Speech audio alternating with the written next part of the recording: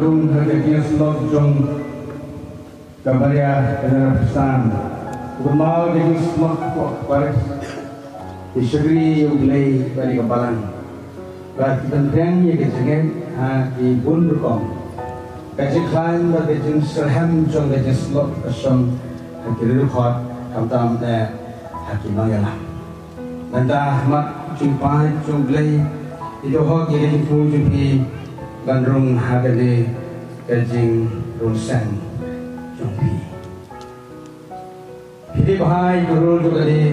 Kajeng Slok Rungsan Himon Skam Bagomu Eki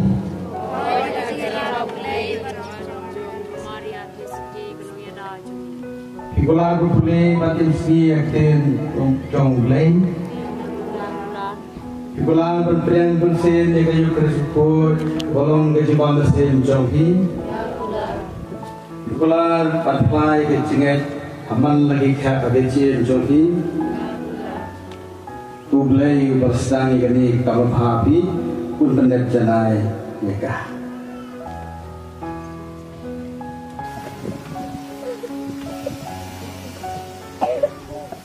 Ublay Berbor Berbom Syukur Berpad Bersubha Berpukut Berdok Tentang Ikin Hidur Jong Kemudian Berkesan Terungkai Jong Kedede Kia Slok Cuai Bagi Kisah Jongka Jendawan Nabi Lede Jinghe Nenta Bagia Berbom Bom Syukur Kebalawai Dipanggil Bapak Putra Jadi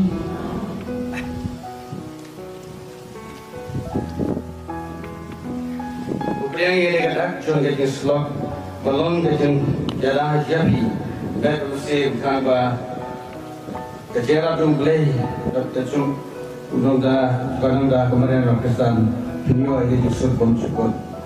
Hak Tempa Rukun Musim Rukun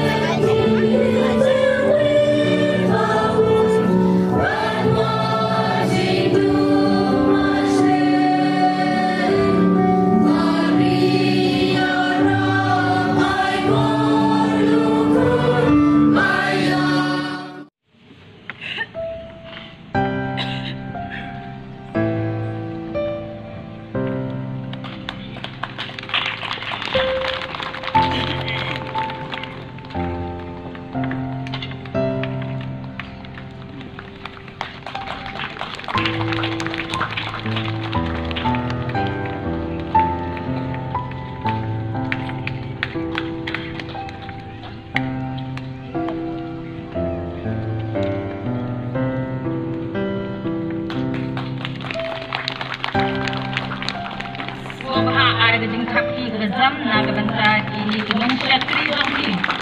nong syatri ya ki mensiam jong ki sab distrik aper.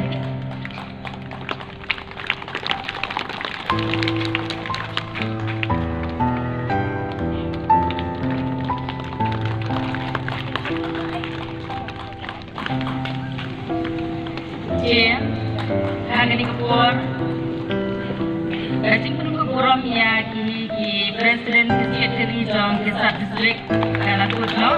Ia mentangin